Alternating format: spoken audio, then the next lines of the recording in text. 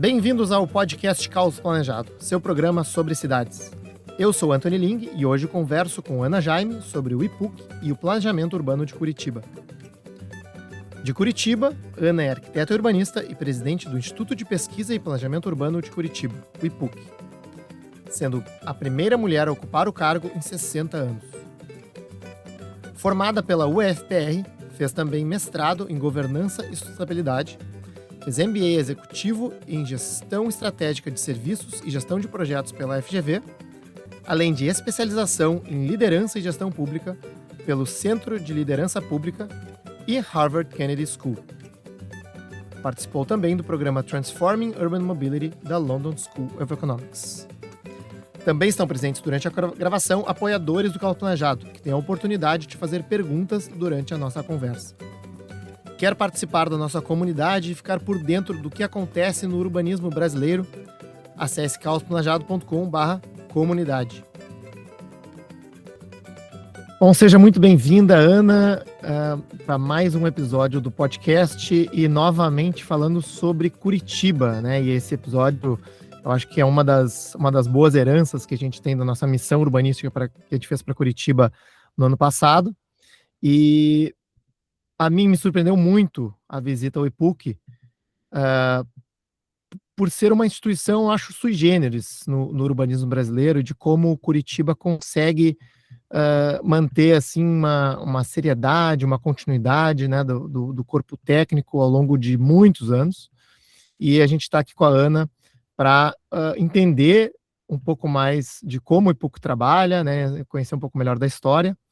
E queria começar por aí, Ana, assim, se puder contar um pouco, né, como que surgiu o IPUC, né, em que contexto, para a gente aí chegar depois, né, até hoje, né, no que o IPUC faz. Perfeito, André. Primeiro, muito obrigada, acho que por esse espaço e pela oportunidade de contar um pouco a história do IPUC. É importante. O IPUC, o ano passado, fez 60 anos. Eu acho que essa data, por si só, lógico que provoca, né, sempre aquela pergunta, nossa, quanto tempo, como é que vocês chegaram aos 60 anos? E acho que o grande diferencial foi do IPUC sempre ter se colocado como um ativo, como um parceiro da cidade. Se nós trouxermos para essa história mais moderna de Curitiba, o IPUC foi criado em 65, quando estava sendo feita uma proposta de um plano diretor, de um plano de desenvolvimento para a cidade. Ele foi criado para que aquele planejamento ganhasse a rua, ou seja, que de fato a cidade se transformasse a partir de um plano que foi colocado. Então, o grande mérito do IPUC como instituição foi ter institucionalizado o processo de planejamento urbano em Curitiba. Tornou isso como um valor corporativo, trazendo um pouco de um termo da iniciativa privada. Acho que isso é parte. E como é que se deu essa institucionalização? Porque planos, muitas cidades fazem bons planos. Talvez o grande segredo foi não só ter um plano que estava ancorado numa visão de longo prazo, porque acho que é importante ter isso. O atual prefeito, ele diz, olha, o IPUC, ele é uma bússola para a cidade. Ele está direcionando a direção. Então, você construiu uma visão de longo prazo, aí você retorna ao presente. E como é que você faz para que esse planejamento ganhe a rua? Talvez um dos segredos foi a capacidade nossa, enquanto organização, de transformando o planejamento em programas e projetos, captando recurso para isso e, ao longo desses 60 anos, isso foi sendo implementado. É sempre a corrida de bastão. O atual prefeito, ele diz muito isso. O processo de gestão pública e numa cidade é uma corrida de bastão. Se você faz uma parte, correu a tua parte, você precisa passar para o outro. E o papel do IPUC é assegurar que nessas passagens de bastão você tenha continuidade. Então, isso acho que é um ponto importante. E essa institucionalização não é só do planejamento urbano, mas é de um planejamento urbano integrado, com um olhar sistêmico sobre a cidade e com um foco muito claro na questão da sustentabilidade. ou seja, como é que os projetos que são criados, eles vão ser sustentáveis do ponto de vista urbano, econômico, social, ambiental. É essa visão ampliada da sustentabilidade que sempre teve presente no dia a dia. E talvez um outro ponto muito interessante é a equipe diversa que nós temos no IPUC. O IPUC, lógico, tem um corpo grande de arquitetos e urbanistas, mas temos economistas, geógrafos, geólogos, sociólogos. Essa diversidade, ela nos ajuda muito com esse olhar sistêmico sobre a cidade, da gente perceber todos esses pontos. Então, de uma forma muito resumida, essa é um pouco dessa nossa história, criada em 65, e que vem procurando sempre se inovar. O ano passado, vocês estiveram visitando Curitiba, e a nossa diretoria caçula é o que nós chamamos hoje de hipervisor urbano, que é o quê? A nossa entrada estruturada no mundo da ciência e inteligência dos dados. Dado e informação sempre fez parte da nossa história, mas agora a gente vem atualizando tecnologias mais potentes, né, para nos apoiar nesse processo de gestão. Não, muito legal, Ana. Assim, eu acho que o que me chamou a atenção, né, e conhecendo algumas outras secretarias e instituições de planejamento pelo país, e aí eu acho que é uma crítica que muitas pessoas fazem, né, em muitas cidades, é de que, enfim, as secretarias são politizadas, muitas vezes, né, não são técnicas, elas não têm essa continuidade que você falou, né, assim, cada revisão de plano diretor, por exemplo, é como se a cidade começasse do zero, né, Uhum. e em Curitiba tudo isso parece ser diferente, né, ou seja, tem um instituto que tem continuidade no planejamento, né, é o mesmo conceito de plano diretor há 60 anos, e é um corpo efetivamente técnico e bastante robusto, né, em termos de equipe, de monitoramento de dados, etc. Então, assim, comenta um pouco sobre isso, né, assim, isso era 1960, o plano já existia e aí criaram o IPUC, ou o IPUC assim, participou da criação desse plano, né, e como é que foi essa semente, assim, e aí o IPUC em Curitiba, ele é equivalente a uma secretaria, né, só para a gente pensar um pouco na questão da governança municipal. Sim, o IPUC ela é uma autarquia, é administração indireta, mas temos um orçamento que está sob a gestão do município, recebe recursos do município para poder executar as nossas atividades. Eu diria que lá nos anos 60, tinham vários técnicos que estavam na prefeitura que ajudaram a participar, né, desse plano que foi feito em 65, em 66, e nessa discussão se vislumbrou a importância de você ter um órgão que tivesse à frente, assegurando que esse planejamento fosse implementado. O IPUC, na sua origem, naquela época você já tinha Jaime Lerner participando de algumas discussões, o prefeito Ivo Arzua, que foi um prefeito visionário, entendendo a importância, primeiro, de ter um plano para a cidade e da importância de uma equipe, ter um apoio político, que é muito importante. Você trouxe um aspecto que são as descontinuidades que nós temos, né, nas histórias. Como é que o IPUC conseguiu, talvez, se manter ativo?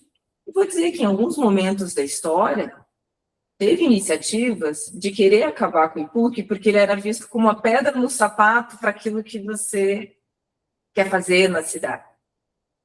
E eu acho que talvez o segredo, ele reside muito nisso. Acho que o IPUC ele provou o seu papel como um órgão capaz de transformar planejamento em ação concreta.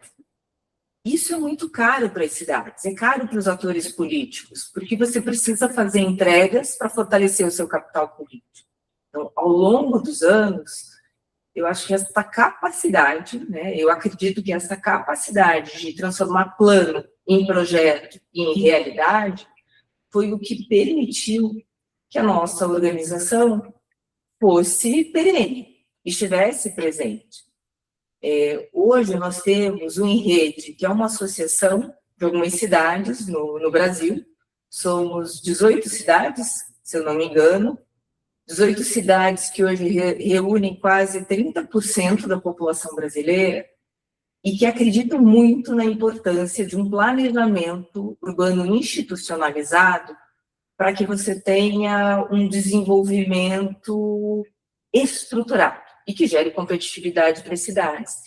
E muito desse movimento se pautou em cima dessa nossa história de Curitiba, quer dizer, quais foram os pontos, né, que nos ajudaram. E aqui, além desses que eu já trouxe aqui para a nossa conversa, eu gosto de sempre reforçar visão de longo prazo. E você precisa saber para que direção você precisa andar e organizar. Capacidade de estruturação de projetos.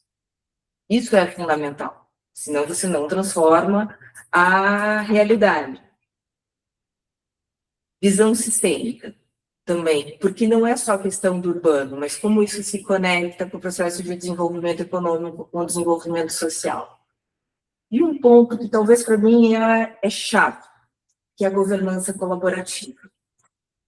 Que são essas articulações com os entes internos da prefeitura, mas também externos, para você dar viabilidade para os projetos. Então, é a governança com organismos multilaterais, que muitas vezes financiaram esse projeto, com a academia, para você qualificar e buscar mais elementos, com iniciativa privada, que precisa se somar aos investimentos que são feitos dentro do município. Então, esta conexão, né, ampliada, ela faz a diferença, fez e faz a diferença. Hoje eu costumo dizer que talvez um dos grandes patrimônios que nós temos enquanto instituição é a rede de cooperação técnica que nós construímos ao longo desses anos. Parcerias com o governo japonês, com o governo alemão, com universidades, com o governo francês, que sempre vão nos atualizando em termos de tendência e de realidade e nos apoiando no desenvolvimento de novas competências para que essa nossa capacidade de estruturar projetos e implementar esteja sempre presente. E, Ana, você começou, assim, o IPUC, né, até para traduzir aqui para as pessoas, Instituto de Pesquisa e Planejamento Urbano de Curitiba, né, e você comentou sobre esse papel de realizar projetos, né, executar o que tá planejado. Dá alguns exemplos para a gente, né? Porque, por exemplo, assim, aqui em Porto Alegre, né, uma cidade de porte semelhante a Curitiba, a gente vai revisar o nosso plano diretor. Nos últimos anos, a gente contratou consultorias externas, né, para levantar dados, para fazer, inclusive, processos de participação popular, né, de elaboração de documentos. Pelo que eu entendi, o IPUC desempenha esse papel, vou chamar aqui internamente, em Curitiba, né? Assim, fala um pouco mais até para tangibilizar quem eventualmente não é da área, né? Ou quem está tentando visualizar, assim, as atividades do IPUC. Tem algo que eu costumo sempre dizer aqui com a equipe, que eu realmente acredito nisso. Inteligência não se delega. Então, essa inteligência urbana, nós acreditamos que é importante que ela esteja internalizada dentro do município de Curitiba. E o PUC é isso. Ele é um órgão para zelar e permitir essa continuidade dessa inteligência urbana instalada. Lógico que nós também contamos com consultoria. Eu há pouco mencionei a importância dessas redes de cooperação técnica. Mas um dos nossos pilares é sempre de internalizar esse conhecimento na equipe que está presente na casa, nessa equipe dele. Temos um quadro de servidores públicos que, sem dúvida, nossos grandes ativos. Esse é um diferencial. Quando às vezes a gente compara com outras cidades, que essa equipe perene que nós temos em Curitiba, não só no IPUC, em outras secretarias. Então, essa máxima dessa inteligência não se delega é uma das nossas fortalezas. Então, eu acho importante ter isso em mim. Não que você vai desprezar de novo as consultorias, não, elas são bem-vindas. Mas se você só trabalha com o apoio da consultoria, ela vem, entrega e vai embora. Se isso não for internalizado, você vai estar sempre iniciando do zero. Então, eu diria que esse é um ponto relevante a sempre ser observado. Você construir essa inteligência interna permanente. É legal isso, né? Também usando outro termo aí da iniciativa privada, né? Eu vejo esse tipo de trabalho, é o core business, né? Assim, bom, qual que é o papel do poder público no planejamento, né? Bom, é isso, né? Ter aí gente pensante que conhece a história, né? Conhece o motivo das decisões anteriores e que, ao olhar para os próximos passos, consegue, não, ó, puxa, a gente fez assim no passado e por isso que a gente está, né, para não ter sempre essa questão de começar de novo, né? Eu acho que muitas revisões de plano diretor nas cidades brasileiras têm essa sensação, né? De, vamos começar tudo de novo, sabe? Vamos pensar outra coisa, né? A gente contrata uma consultoria, eles fazem toda uma análise meio que do zero, né? E aí passa 10 anos, aquele material já foi embora, né? Aquele material já foi engavetado em algum lugar e tem que ser levantado de novo, né? E eu acho que essa noção de ter esse corpo que vai, assim, monitorando e conseguindo gerir esse plano, né? Eu prefiro a palavra gerir do que projetar, porque a cidade é uma coisa que está sempre mudando, né? Então, assim, eu acho super, super interessante e relevante, né? É, fala um pouco mais sobre isso, né? Assim, que tipo de dados vocês monitoram, né? Quais são as, digamos assim, interferências técnicas do IPUC, né? Puxa, vocês fazem desenhos. Eu sei que Curitiba tem a URBS, né? Empresa de transporte, tem projetos de BRT. Como que é a interface, digamos assim, do IPUC com essas outras frentes de transporte, de parques, né? Enfim, para a gente se aprofundar um pouco na atuação de vocês. Vamos pegar um pouco, acho que esse exemplo do BRT, que ele é bem pedagógico, acho que para entender o processo da evolução. Quando nós fomos lá nos anos 60, que se tomou essa decisão de você ter um planejamento e um desenvolvimento orientado a partir de eixos de transporte, onde você tem integração de uso do solo, transporte público coletivo e sistema viário, esse primeiro desenho das canaletas, como nós costumamos chamar aqui, ele nasceu dentro do IPUC. Então, o IPUC ele foi desenhando os projetos, ele foi trazendo esses elementos internos, conectando as outras partes e buscando recurso para isso ser implementado. Então, ao longo dos anos, o primeiro trecho que foi instalado, que foi no eixo norte-sul, nós só fomos sempre aprendendo e amadurecendo essa solução. Então, ele é a espinha dorsal. O que a gente observou ao longo dos anos foi sempre uma atualização. Então, naquela época, você tinha um chassi de caminhão adaptado com uma carroceria para poder carregar mais pessoas. Ao longo dos anos 80, esse veículo, até a partir de parcerias com a indústria automotiva, uma parceria com a Volvo, que teve uma planta instalada em Curitiba, começou a ajudar na evolução desse veículo, para poder carregar mais pessoas. Então, você veio aí um veículo articulado, depois nós tivemos o veículo biarticulado. No passado, nós tínhamos uma estação onde as pessoas paravam na rua, tinham que subir o ônibus. E aí, nos anos 80, final dos anos 80, começo dos anos 90, nós tivemos o processo de metronização do transporte público coletivo. Quando você começa a pegar as estações, que eram pontos de ônibus, vieram as estações turbo, na cidade, onde você tem o pagamento antecipado e o embarque nível. Você ganhou qualidade na operação. Isso foi feito em parceria, na época, com a URBS também, uma empresa que faz a gestão da operação do serviço, mas ele é um trabalho integrado. Esse planejamento urbano integrado, eu diria que também é um dos diferenciais de Curitiba, e porque ele não trabalha sozinho. Ele é um processo de parceria com a Secretaria do Meio Ambiente, com a URBS, que é a empresa gestora, com a Secretaria de Urbanismo, e que a gente vai sempre monitorando os dados. Para cada fase que foi implementada, a gente tem que observar, funcionou ou não. Então, do transporte, a gente viu essa evolução. Depois dessa metronização, vieram os veículos biarticulados. Hoje, o que está acontecendo? Qual dos grandes temas apresentados para as cidades? É a descarbonização.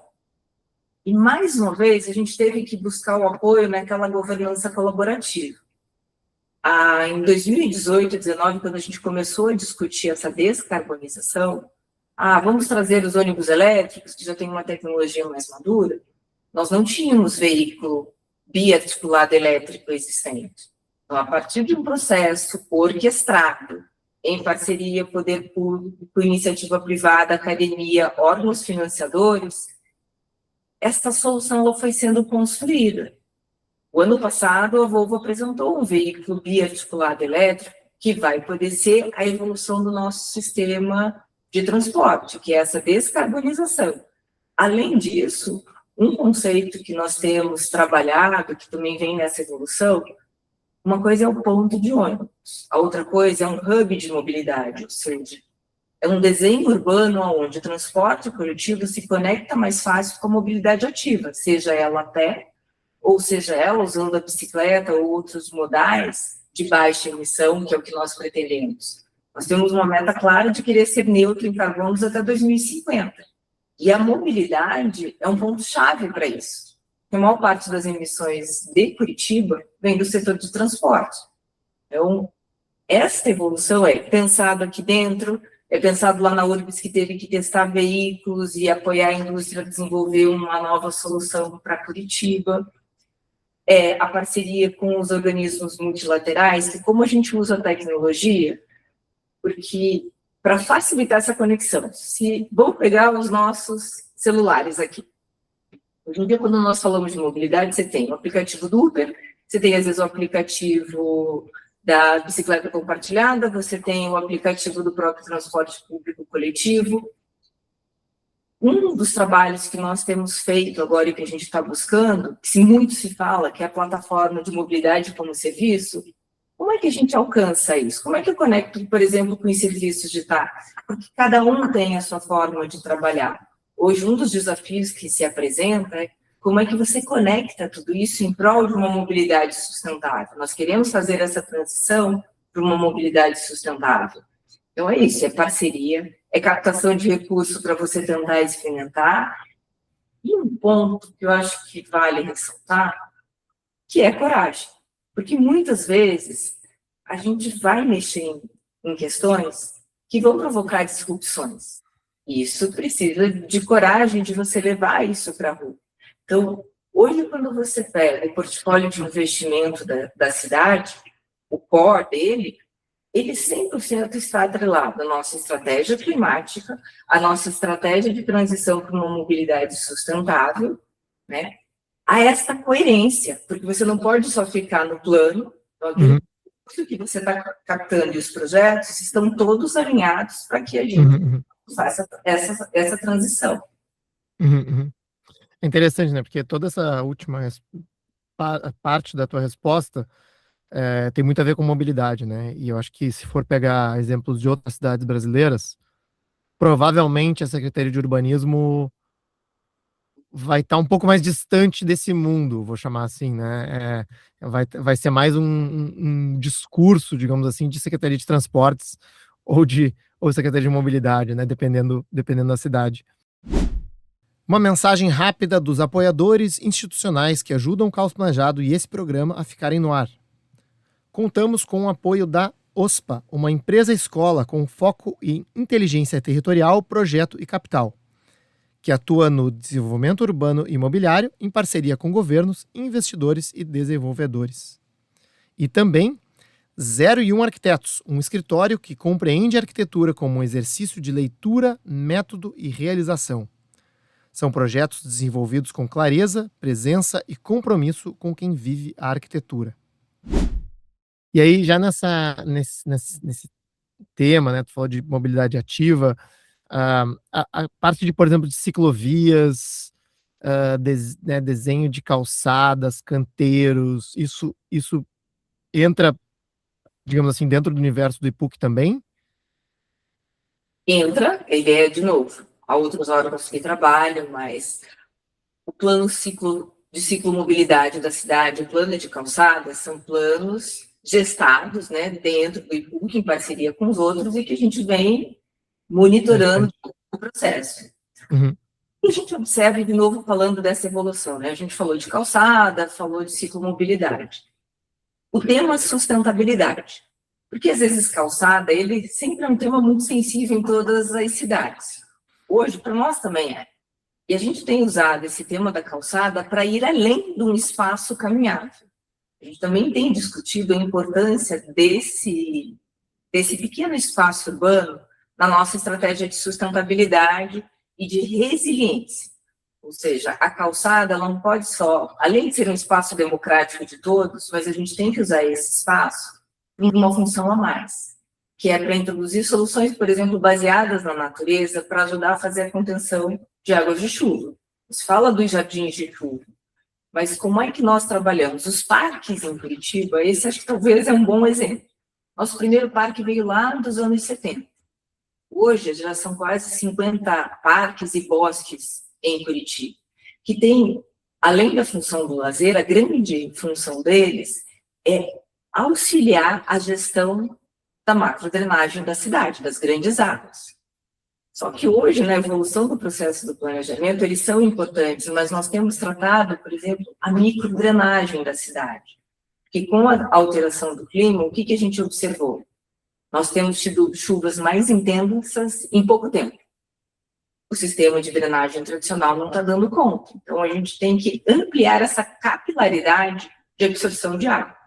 E aí entra a estratégia de arborização urbana, que é uma estratégia, em geral, associada à Secretaria do Meio Ambiente, mas que aqui nós tratamos como uma estratégia de cidade ancorada num plano maior, que é para melhorar não só a questão de microclima, mas também esse sistema de captura da água para que ela infiltre com menos velocidade no solo, para não sobrecarregar o sistema de micro e macro drenagem da cidade. Então, aqui é mais um exemplo, de novo, desse processo de evolução. E a mobilidade, ela, de novo, ela não é algo à parte. Mesmo a Secretaria de Urbanismo, ela vem nessa parceria. Um outro tema que está muito em voga é como é que você faz essas coisas dialogarem, que é a edificação sustentável. Esse é um tema que está muito presente, seja para a redução do consumo de energia, porque, infelizmente, a gente tem visto temperaturas cada vez maiores, demanda por uso de ar-condicionado. Então, como é que a gente qualifica isso? A gente poderia dizer, não, isso é um problema do setor privado que está construindo. Não. Como cidade, a gente precisa fazer a gestão desta propriedade privada nos parâmetros que vão ser colocados, porque, além das intervenções públicas, a gente precisa que a propriedade privada também tenha taxa de permeabilidade, possa trabalhar com telhados verdes, que reduza o consumo de energia. Então, não é um trabalho isolado. Então, a gente vem num processo. Agora, nós temos um código de obras e posturas. Como é que a gente vai fazer a transição para um código de obras e posturas sustentáveis? Não é um trabalho isolado do IPUC, mas nós temos que trazer todos, né, para o mesmo barco, para a gente entender as interferências de cada um desses e como é que a gente consegue traduzir numa política urbana aplicável para todos. Uhum, uhum. Não, muito, muito interessante. Ana, eu tive recentemente em Curitiba, naquele evento do Smart Cities. Inclusive encontrei o Tomás lá e eu participei de um workshop sobre habitação, né? Acho que teve não sei como é que chamaram ali, o sprint sobre habitação. Habitação da manhã. A gente falou bastante sobre mobilidade até agora, né? Qual é o papel, né? Como é que é o trabalho do IPUC na área de habitação? E aí já, de repente, fazer algum ganchinho aí, porque eu sei que Curitiba está revisando, ou começando um processo de revisão do plano diretor agora, né? E como que isso, digamos assim, tem se traduzido nas pautas do plano diretor? Não, perfeito. Acho que vamos começar pela revisão do plano diretor. Nós iniciamos o ano passado, né, no início do ano, e vem sido um processo de ampla discussão. nós colocamos alguns desafios para nós no PUC, que era, de fato, realizar um processo que não deixasse ninguém para trás, nenhuma pauta e nenhum lugar para trás. Então, foi uma estrutura montada, uma capilaridade imensa, trabalhando com todos os setores. E tem sido muito trabalhoso, mas, ao mesmo tempo, tem sido muito interessante, porque a gente conseguiu trazer todo mundo para a mesa, uma metodologia que permitiu que as diversas pautas pudessem se encontrar, mas de uma forma organizada. Porque a gente vive momentos, às vezes, de polarização, que eu digo assim, parece que todo dia você tem um fla-flu acontecendo, um atletivo que é bem local, que às vezes você não consegue ter uma conversa minimamente estruturada, porque ela é muito passional. Então, a gente foi buscar uma metodologia onde todo mundo poderia trazer as suas pautas, mas de uma forma organizada e trazendo isso para o mapa e organizando. Essa experiência que nós vivemos do Sprint, essa edição que você viu esse ano, ela foi focada em habitação. A do ano passado, ela foi focada na requalificação da área central. E aí, lembra que eu falei muito da importância da governança colaborativa. E os sprints têm sido isso, uma prática da gente trazer diversos setores da sociedade para discutir um tema que às vezes está sendo uma dor da cidade, uma necessidade que você precisa ampliar. Exemplos concretos. O sprint do ano passado do centro trabalhou sobre diversas propostas para a área central. Quase que foram 100 ideias que foram trabalhadas. Na prática, desde o ano passado, esse foi feito uma lei, que é Curitiba de Volta ao Centro, com um pacote de incentivos tributários, construtivos, o uso também da subvenção, para, a partir de várias coisas que foram discutidas e que foram percebidas como necessárias, a gente criou um pacote, né, para que isso pudesse acontecer. Isso vale para a habitação. Então, olhando para os dados, nós temos um déficit de habitação de interesse social na cidade.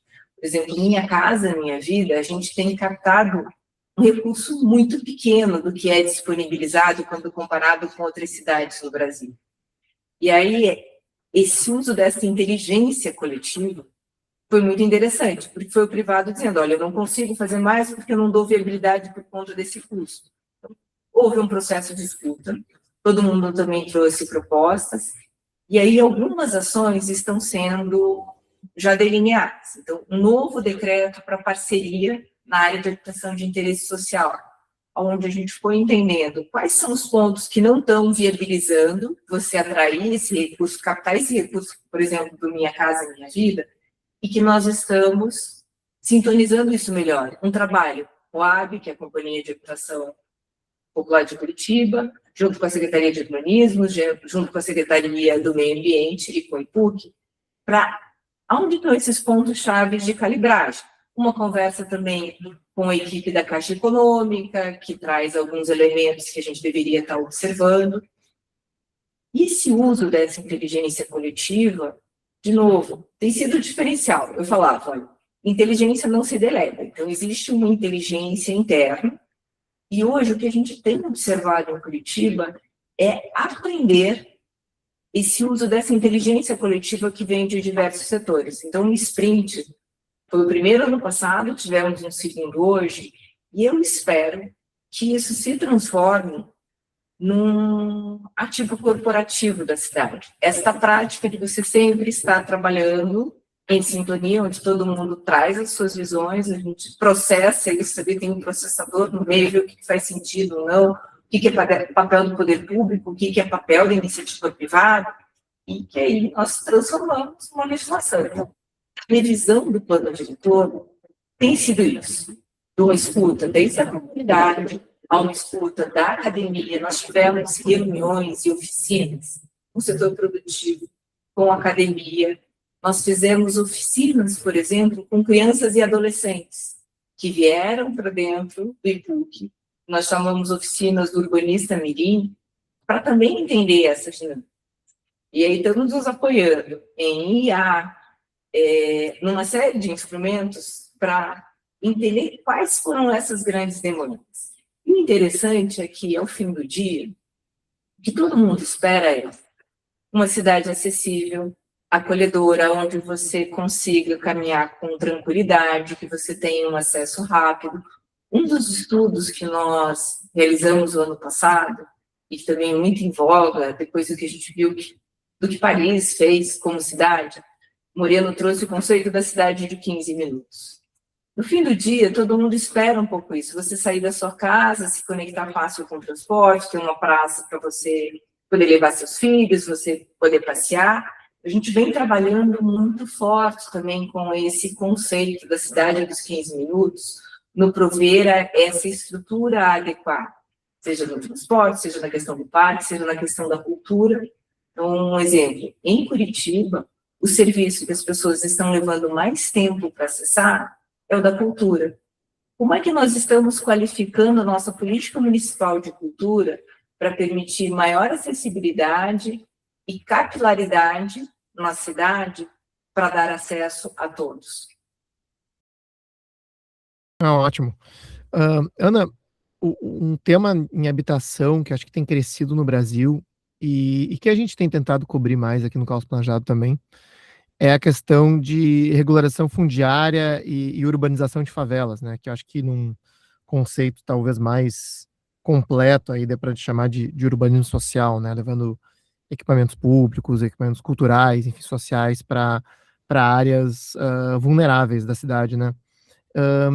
Curitiba tem alguma iniciativa específica, né, para trabalhar essas favelas, essas comunidades? E eu pergunto isso até porque me parece que a existência do próprio IPUC, vou chamar aqui, facilita essa implantação, né? Porque é um trabalho super complexo no sentido de conectar secretarias, né? Fazer levantamentos territoriais, né? Ter essa, vou chamar aqui de capacidade de execução no longo prazo, né? Porque não é só, tipo, fazer uma licitação, né, contratar uma obra e acabou, né? Ter todo um processo de escuta comunitária e tudo mais. E me parece que Curitiba está, vou chamar aqui, bem posicionada para avançar esse tipo de iniciativa. Não, a REURB está no nosso radar. Nós instituímos uma Câmara de Governança para trabalhar especialmente a REURB-S, que é o aspecto mais social. E estamos usando toda a estrutura existente. Então, o IPUC tem uma boa base de geoprocessamento, que, sem dúvida, é uma base fundamental, onde nós estamos mapeando. Então, talvez tenha sido a grande dor para a gente conseguir acelerar os processos de REURB. É a questão do risco, que é o técnico poder dar uma anuência que não vai ter um risco geotécnico, geológico ou de inundação em determinadas áreas. Historicamente, a gente sabe que essas ocupações espontâneas, em geral, ocorrem em áreas de maiores fragilidades ambientais. Então, nós estamos trabalhando sobre várias frentes. Tentando entender esse nível de risco a partir das bases que nós já temos na cidade, entendendo aonde é factível você superar com intervenções e minimizar esse risco. Esse é um ponto. 2, olhando a questão da mobilidade de novo, que é uma coisa muito do IPUC. O que são diretrizes viárias que precisam ser preservadas quando você vai para um processo de REURB? Porque você tem que dar uma forma dessas comunidades se conectarem com o restante da cidade. E esse apoiamento é um ponto sensível. Então, a gente vem procurando também estratégias daquilo que não dá para negociar e daquilo que a gente consegue flexibilizar para avançar no processo de regularização fundiária. Um ponto. 2, de novo, é a questão ambiental. Então, se um sistema tradicional de saneamento ele não é possível, mas como, de novo, muitas dessas comunidades estão instaladas em áreas de fragilidade ambiental, quais são as tecnologias hoje disponíveis e que talvez a gente vai ter que usar com uma certa particularidade nessa região para dar condições que ela tenha os padrões mínimos de habitabilidade para ela ser regularizada. Então, nós estamos estudando também isso. Daí vem parceria com a nossa empresa, que é de saneamento, para ver, para além dessas soluções tradicionais, o que pode ser aplicado. Então, a gente fala de uma REURB-S e uma REURB-A, que é a social ambiental. Nós estamos explorando novas técnicas para dar condições. Porque a gente sabe que o sistema tradicional, tal como ele é, não vai funcionar. Não vai conseguir. Você vai ter que relocar muita gente, você não consegue proceder à regularização. Esse é um tema, né, Ana, que ele não é simples. É uma coisa muito de você ter que ir no local, entender a realidade. Então, o IPUC, de fato, com a nossa base de dados, tem colocado isso a serviço, buscando outras informações, criando uma plataforma única para apoiar, para que os técnicos possam fazer as suas análises. A Quadri vai puxar muito esse processo, porque tem como atribuição, né, enquanto organização, fazer os processos de regularização fundiária.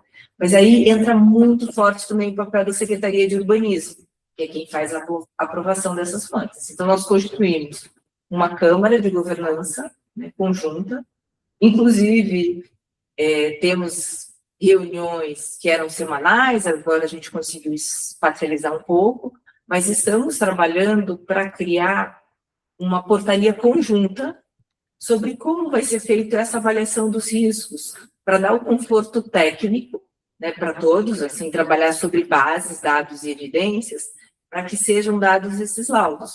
Porque um ponto quando se fala muito de drenagem, para regularizar precisa fazer as intervenções de obra. Em que momento isso vai acontecer? Então, a gente também está procurando integrar isso com a nossa programação de projetos e de implementação de obras, para minimizar os riscos que são apontados na análise dessas ocupações dentro da REURB. Antes de continuar, um recado importante do Caos Planejado. Se você gosta das discussões que trazemos aqui no podcast, o nosso curso online do Planejamento ao Caos, Entendendo o Urbanismo das Cidades Brasileiras, é o próximo passo. São 28 aulas gravadas com conteúdo claro, crítico e embasado para você entender de verdade por que as cidades brasileiras são como são e o que dá para fazer diferente. O acesso é imediato, o conteúdo é direto ao ponto e o curso já está sendo usado por estudantes, profissionais e até equipes técnicas de prefeituras em todo o país. Quer saber mais? Acesse caosplanejado.com/curso. Não, muito legal, né? Acho que, enfim, né, te ouvindo, é interessante ver que com esse, né, e eu estou torcendo para isso, né, com que esse preparo, digamos assim, né, essa análise técnica possa fazer com que vocês criem algo que novamente seja referência nesse aspecto no longo prazo, né, porque, de novo, né, com essa base que Curitiba tem para colocar o plano em execução, né, vocês estão super bem posicionados. Agora, sobre dados, né? A gente, quando teve em Curitiba ano passado, também vimos no IPUC o hipervisor, né? O Oscar, no que nos recebeu, vou chutar aqui o sobrenome, Schmaisky, é Schmaisky o sobrenome dele, nos recebeu, fez uma excelente apresentação e eu acho que todo mundo que estava na missão ficou, assim, super impressionado, né, com o nível de tecnologia que foi desenvolvido, né, que foi investido em Curitiba, né, e eu acho que seria legal, assim, vocês falarem um pouco sobre o que é o hipervisor, né, e como que vocês estão, digamos assim, agora extraindo valor, né, como é que vocês estão usando esses dados, essas informações do hipervisor para tomada de decisão. O hipervisor foi um processo de evolução natural dentro do IPUC. Porque se você pensar nos anos 80, quando ainda ninguém falava de geoprocessamento, nós começamos a trabalhar e explorar possibilidades naquela época. O hipervisor urbano, de novo, o que é? É o uso de dados para você gerar evidências para qualificar o processo de planejamento. Isso sempre esteve no DNA da prefeitura e do IPUC. Só para ilustrar, o projeto do hipervisor, nós começamos as primeiras discussões em 2018. Ele foi inaugurado em 2024. São 7 anos. Essa é a diferença entre você ter um processo institucionalizado e perene, um processo que a cada 2 ou cada 4 anos você joga a água do banho com a criança dentro e você tem que começar do zero. Então, ele não é algo gratuito, ele de fato é resultado desse processo consistente de aperfeiçoamento e de qualificação dessa inteligência urbana presente na cidade. O que é o hipervisor urbano? Lógico que você tem um ferramental de hardware que te apoia, você tem um ferramental que é de soft skills, que são as pessoas, porque hoje a gente fala muito dessa figura de cientista de dados, mas há 7, 8 anos atrás, nós não tínhamos ninguém com essa formação. Então, é um pouco isso. Essa é uma tendência? Temos essa competência constituída? Não. Temos que desenvolver? Isso foi o processo, foi uma evolução gradativa, para a gente poder implementar, entendendo hardware, software, né, e essa estrutura presente. Então, a gente fez estudo de pré-viabilidade, a gente fez estudo de mercado, fomos conhecer parcerias fomos conhecer exemplos emblemáticos dentro da nossa rede de cooperação técnica. Nós fomos até a França, conhecemos várias experiências de cidades francesas que usavam essa tecnologia no dia a dia da cidade, fomos até a Alemanha conhecer experiências também feitas em algumas cidades alemãs, porque o hipervisor hoje o que é? É uma análise multidomínio, onde você trabalha com dados de várias origens, né, de uma forma integrada. E, lógico, tem que ter um hardware para isso, porque eu me lembro no primeiro teste, em 2017, nós tivemos uma parceria com o MIT, onde a gente estava desenvolvendo essa competência. Como é que a gente pode fazer um uso mais massivo dos dados para qualificar os processos aqui da cidade? E um dos exemplos que a gente resolveu rodar, naquela época, era pegar dados do STAR, o STAR é o estacionamento rotativo na cidade, e cruzar com alguns dados de transporte. Nós pegamos dados de uma semana. O computador não rodou, não conseguia rodar os dados porque tinha um volume grande. E aí a gente foi observando onde estavam esses gaps, para a gente, de fato, conseguir ter um hipervisor instalado, e fomos construindo isso. O que eu precisava ter de competência humana, de competência técnica, tecnológica. O projeto foi surgindo. Em 2024, nós lançamos, talvez, o ponto inicial. A meta é ter um gêmeo digital. Nós ainda não temos. A gente sabe que vai depender de uma base ainda muito maior de sensores pela cidade. Mas a gente tem uma visão do que a gente quer lá no futuro, e nós voltamos e fomos implementando isso etapa a etapa. E ele, de fato, é um projeto em espiral. Ele não vai ter fim, porque você sempre vai estar adicionando. O ponto que eu quero dizer assim é: tem que ter perenidade, tem que ter continuidade, tem que ter uma visão de longo prazo. O hipervisor é só mais um exemplo da forma de trabalho que nós instituímos aqui dentro de Curitiba e no PUC, que nos permite fazer esses avanços. Ana, estamos chegando mais ou menos no final da nossa conversa já, e vou fazer uma pergunta que pode estar na cabeça de algumas pessoas que estão ouvindo, que está na minha cabeça também. Eu adorei essa história do IPUC, né? Parece funcionar, né? Tem perenidade, tem continuidade, tem um corpo técnico sério, né? Tem ações com base em dados e evidências. Quero instituir algo parecido na minha cidade, né? E aí, enfim, a gente tem alguns exemplos pelo país, né? Acho que Florianópolis tem o IPUF, uma cidade menor, né? Mas uma capital estadual. Que você poderia falar assim para essa questão, para essa vontade, né?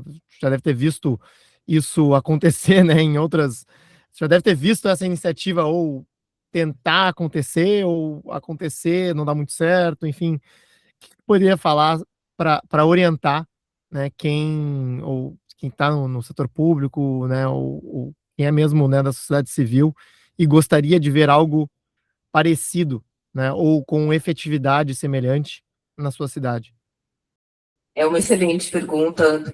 E dentro do Enrede, a gente já observou cidades que instituíram, vieram aqui em Curitiba, conheceram a experiência do Instituto, criaram seus institutos, fecharam seus institutos. Por que alguns conseguiram funcionar e outros não?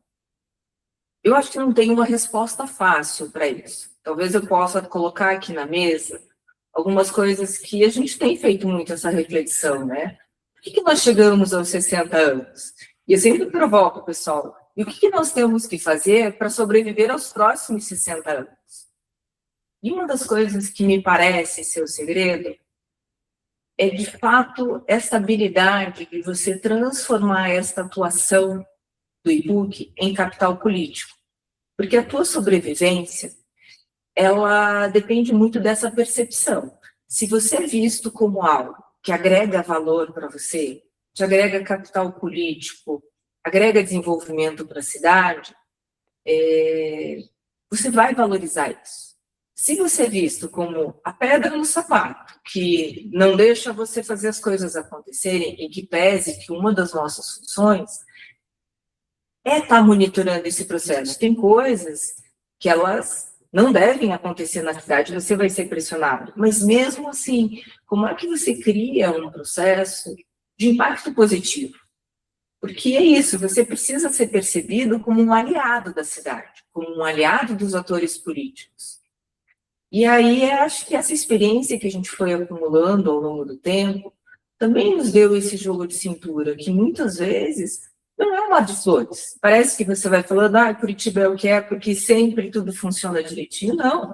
Muitas vezes a gente teve que ajustar projetos para criar uma conexão com uma determinada vontade política que está numa gestão, mas para manter a continuidade do processo. Então, também não pode ser algo engessado. Essa perspectiva de concessões que podem ser feitas para você assegurar a continuidade é importante. E isso é essa percepção, você tem que estar aberto. Um outro ponto, mapear quem são os aliados, porque muitas vezes você vai ver ganhadores que querem modificar tudo. Então, ao longo da nossa história, a gente também foi procurando parceiros estratégicos, porque não pode ser uma defesa solitária. Então, muitas vezes, um parceiro estratégico para a cidade que é sensível para os atores políticos é aqueles que vão financiar os seus projetos.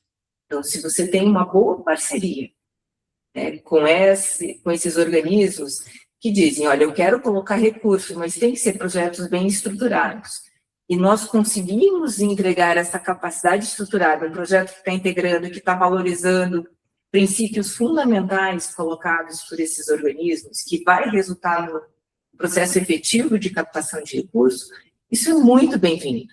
Então, essa conexão com o que eles querem financiar, e a gente traduzir isso nos nossos projetos, para que as pessoas tenham interesse em aportar recursos, é um ponto que eu acho que fez a diferença e permitiu que fosse continuando e evoluindo ao longo do tempo.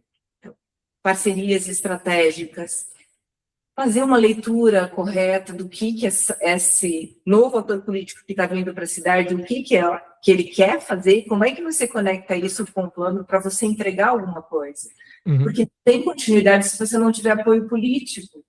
É muito importante a gente ter essa habilidade de compreender essa intenção política e trabalhar isso tecnicamente fazer um meio de campo, para que a cidade não perca e ele também ganhe o capital político. Então, não tem receita de bolo. Eu acho que são vários elementos que a gente foi, ao longo do tempo, aprendendo a manter o nosso instinto de sobrevivência, sabendo ajustar, muitas vezes, de novo, tem que fazer concessões. Não pode ser algo cravado em pedra. Lógico que nós temos valores, tem coisas que talvez sejam inegociáveis, mas tem que ter essa habilidade dessa diplomacia urbana, política, que ela precisa permear as gestões. Senão é muito difícil você avançar.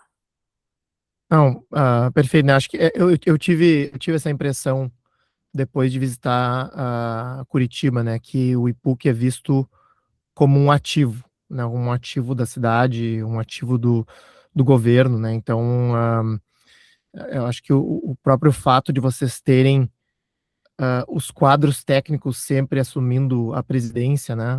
Como a sua própria carreira mostra, né? É um sinal disso, né? Acho que e aí tem um paralelo com a nossa missão urbanística anterior em Medellín, que a EPM, né, Empresas Públicas de Medellín, que é uma empresa municipal também, eu senti uma cultura semelhante em relação a isso, né, assim, da cidade respeitar aquela instituição como algo que, tipo, não, a gente tem que deixar eles fazerem o que eles sempre fizeram há muito tempo e tá indo bem, então não dá para, sabe, e isso, né, acho que é o capital político da própria instituição, né? E, e aí, eu acho que, assim, eu não, acho que não daria para fazer esse episódio sem falar um pouquinho do Jaime Lerner, tá? E eu queria trazer isso, assim, para entender, no papel de vocês, eu vou chamar aqui de um equilíbrio entre tradição e inovação, né? Assim, porque eu vejo muito, assim, até em relação à postura, né, de ter uma dose saudável de pragmatismo, né, de falar com diferentes secretarias, né, de ter essa visão de longo prazo, assim, que é uma herança que me parece vir, assim, lá né, de como o Jaime pensava e atuava na cidade, né. E aí, eu falo na tradição e inovação, porque a minha dúvida é, bom, em que momentos, né, vocês se colocam, né, e eu senti um pouco isso, assim, falando com N atores de Curitiba, hã, em que momentos vocês se colocam numa encruzilhada do tipo: "Puxa, ok, a gente construiu tudo isso nos últimos 60 anos, né, a gente criou essa tradição, mas ok, como é que a gente ajusta isso agora, né? Como é que a gente olha para frente? Qual é o próximo passo, né? É, né, qual é ou talvez uma nova visão, né? Como é que a gente revisa o que em 60 anos já teve tempo suficiente para virar tradição, né? Não é mais inovação, né? Na época do Jaime era inovação, agora já é tradição. Então, eu queria ouvir um pouco assim essa relação conceitual, né, com o que o Jaime construiu lá atrás e com o que vocês estão olhando para frente. Bem, André, primeiro, ao longo desses 60 anos, e eu acredito que nos próximos 60 anos, essa conexão com os princípios e valores que estiveram presentes ao longo de toda essa história. Começaram lá com Jaime, com aquela turma lá dos anos 60, e que, independente da solução que você entrega, os princípios, eles têm que estar presentes. Um dos grandes legados que o Jaime nos deixa é a importância que as ações que são pensadas, você não pode perder de vista que ela não é para o carro, ela não é para uma coisa fixa, ela é para as pessoas. Então, o nosso foco, de fato, são as pessoas. Todas as transformações pensadas na cidade foi para gerar espaços onde a conexão urbana ela é a protagonista, é a conexão das pessoas. Eu acho que esse é um ponto. Quando você pergunta esse equilíbrio da tradição e da inovação, eu sempre digo, nós honramos todo esse legado quando esse espírito ele está presente. A coragem de tentar coisas novas. Porque nos anos 70 você fechou a principal via comercial da cidade e todo mundo gritou. Como é que a gente continua honrando isso? Sendo que tirar carro da rua continua sendo um desafio. Mas nós precisamos pensar em novas alternativas. Tanto que na nossa requalificação da área central, um dos grandes pontos que a gente estabeleceu como uma área de baixo carbono é entregar de novo o espaço para as pessoas. Se é a sala de estar da cidade, é onde as pessoas circulam e não onde os carros circulam. Você começa a ter que ter esse equilíbrio. Um outro exemplo, né? A forma do planejamento em Curitiba deu origem a alguns conceitos. Talvez um dos mais emblemáticos é o TOD, então o desenvolvimento orientado pela questão do transporte. Hoje o que nós trabalhamos é uma transição do desenvolvimento orientado pela sustentabilidade, porque a sustentabilidade, de novo, é um valor muito importante. Já eu acho que disse isso no passado, não sei se com essas palavras, mas era um pouco isso. Corte 1.0, você tem inovação. Corte 2.0, você tem a sustentabilidade. Porque isso também foi um mérito da cidade. Muitas vezes a simplicidade ela é fundamental nas soluções. De novo, isso é uma forma que, cada vez que a gente põe uma solução na mesa, às vezes podem vir coisas muito sofisticadas, mas a gente sempre olha para a nossa capacidade, nós temos os recursos para isso. Muitas vezes é melhor você desescalar a complexidade, ir com soluções mais simples, mas que são efetivas e que permite que você gere escala para ela. Então, esse é um outro ponto que eu acho que está muito presente, né? E, de novo, isso era honrar esse legado recebido dessa geração que veio de urbanistas. Eu tive a oportunidade de conviver com muitos deles, né? Então, dessa história, uma boa parte, comecei aqui como estagiário, então não é uma história distante, foram pessoas com quem tive a oportunidade de interagir. Isso, para mim, é o mais emblemático. Então, é essa coragem, a simplicidade, conexão com as pessoas, a visão de longo prazo, essa inovação, mas talvez um ponto terminar de uma forma mais leve, e que isso sempre vem muito presente na fala do Jaime, que é a capacidade de sonhar. Ou seja, a gente trabalhar sempre com essa questão do sonho, porque a visão de longo prazo, ela vem muito ancorada num sonho que você traz para a cidade. Então, essa capacidade de você estar sonhando, mas ancorada em coisas que são viáveis, sustentáveis, simples, é o que nos permitiu chegar até aqui, e que eu acredito que são as bases para os próximos desafios que a cidade vai ancorar. Então, usar essa inteligência coletiva que está presente, e que no passado, ano passado, com a revisão do plano diretor, nós reeditamos o seminário Curitiba do Amanhã. Então, nós fizemos alguns exercícios de cenários até 2050, do que pode acontecer para o bem e para o mal da cidade, mas de forma compartilhada. Sonhamos, também vimos tragédias, e agora a gente volta e está tentando traduzir no plano diretor ações simples, conectadas, sustentáveis, com essa visão de longo prazo. Esta relação tradição e inovação, ela se perpetua enquanto ela estiver apoiada nesses princípios e valores que fazem parte da nossa história, que já são parte do nosso DNA corporativo, do nosso DNA de cidade. Não, incrível, gostei da mensagem inspiradora no final.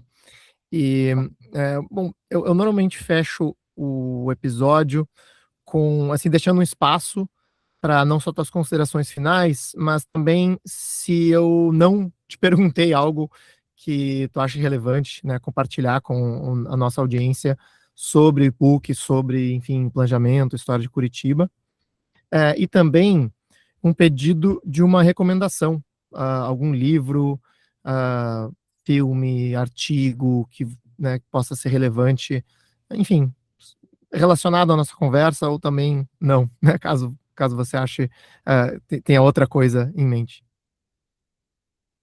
Acho que vou começar pela recomendação. Esse foi um livro que para mim é recente e eu tenho feito muito uso dele, que se chama Mass Cities, que é muito uma reflexão sobre qual é a nossa capacidade de fato de ter controle sobre as cidades e o quanto esses movimentos espontâneos que vão surgindo, que você precisa trabalhar com isso de forma equilibrada. Então, às vezes eu tô rindo porque eu tô rindo porque eu acabei de comprar, tá na minha cabeceira, mas não comecei a ler ainda. Ah, é? Então você, eu recomendo. Eu gostei bastante, porque às vezes parece que a gente tem essa, eu vou chamar de expectativa, para não dizer uma certa soberba, de achar que a gente consegue controlar uma cidade. Então, essa coisa de você estar aberta entre o espontâneo e o organizado, e como essas coisas se conectam, isso me pareceu um bom livro. Ele também está ali na minha cabeceira, de vez em quando eu dou uma folhada, penso um pouquinho, coloco ali de novo, mas é bem interessante. Acho que falando sobre desafios, né, que sempre vale numa cidade algo, que é qual é o próximo passo? Hoje, o desafio do clima, o que de fato vai acontecer com essas transformações da cidade, como é que a gente conecta isso para um planejamento mais resiliente? Isso, para mim, é um ponto sensível. Então, esses ajustes permanentes que você precisa estar fazendo, o plano diretor acho que é um bom exemplo. A gente produz um plano diretor como se ele fosse uma coisa cravada em pedra. Então, nos próximos 10 anos, esta é a regra para a cidade. A reflexão que nós temos feito, eu tenho provocado muito a equipe, é como é que a gente sai de um instrumento duro para ter mais uma carta de princípios e de orientação para a cidade. A gente viu nos últimos anos o como é difícil você ter uma bola de cristal assim, que te diga o que vai acontecer.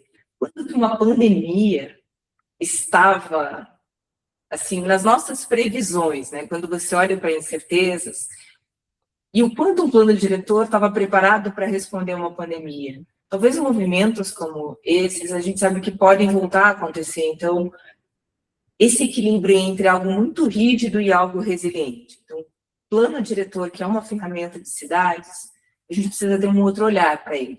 Não seja só para 10 anos, mas que ele tenha esta flexibilidade para ser observado. O outro, de fato, é a questão da coragem, né? Porque todo mundo diz, é difícil, porque a minha cidade já cresceu ou não.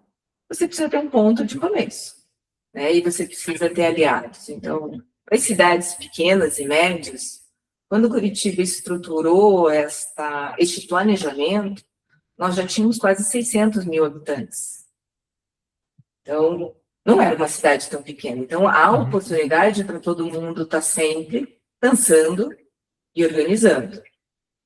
E essa inteligência coletiva, essa governança ampliada, eu acho que isso vale para todas as cidades. Parece que o público é o inimigo do privado. Não, a gente precisa trabalhar em mais harmonia, seja a academia, o público e o privado, compartilhando o propósito. Então, estabelecer propósitos comuns e todos, a partir de uma visão comum consolidada, entender qual o seu papel nessa trilha, para fazer as entregas corretas. Eu acho que esse é um desafio e algo que deve estar presente no nosso dia a dia, pensando como é que você faz essas articulações em prol de um bom processo de planejamento e desenvolvimento da cidade. Essa, eu diria, talvez um dos grandes pulos do gato para a coisa fluir bem. Maravilha, excelente. Adorei as reflexões finais, referência. Agora eu vou ter que ler o livro, né? Porque depois de um reforço da indicação, com certeza. E para quem tiver a dúvida, a gente vai colocar o link aí nas notas do episódio para quem quiser ir atrás da referência. Bom, Ana, muito obrigado pela conversa, pela abertura, disponibilidade, né? A gente gostaria até de reforçar essa conexão, né, com o IPUC e considere também o Caos Planejado como enfim, um parceiro, né, para a gente reforçar essa conexão aí nas próximas vezes. Obrigado mesmo.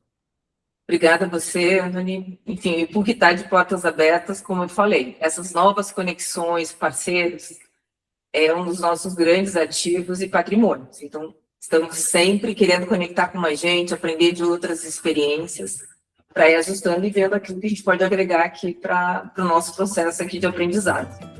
Maravilha. Obrigado. Obrigada a vocês. Até uma próxima. Nesse episódio, conversamos com Ana Jaime. Esse podcast vai ao ar com a ajuda de 2 apoiadores institucionais. OSPA, uma empresa-escola com foco em inteligência territorial, projeto e capital, que atua no desenvolvimento urbano e imobiliário em parceria com governos, investidores e desenvolvedores.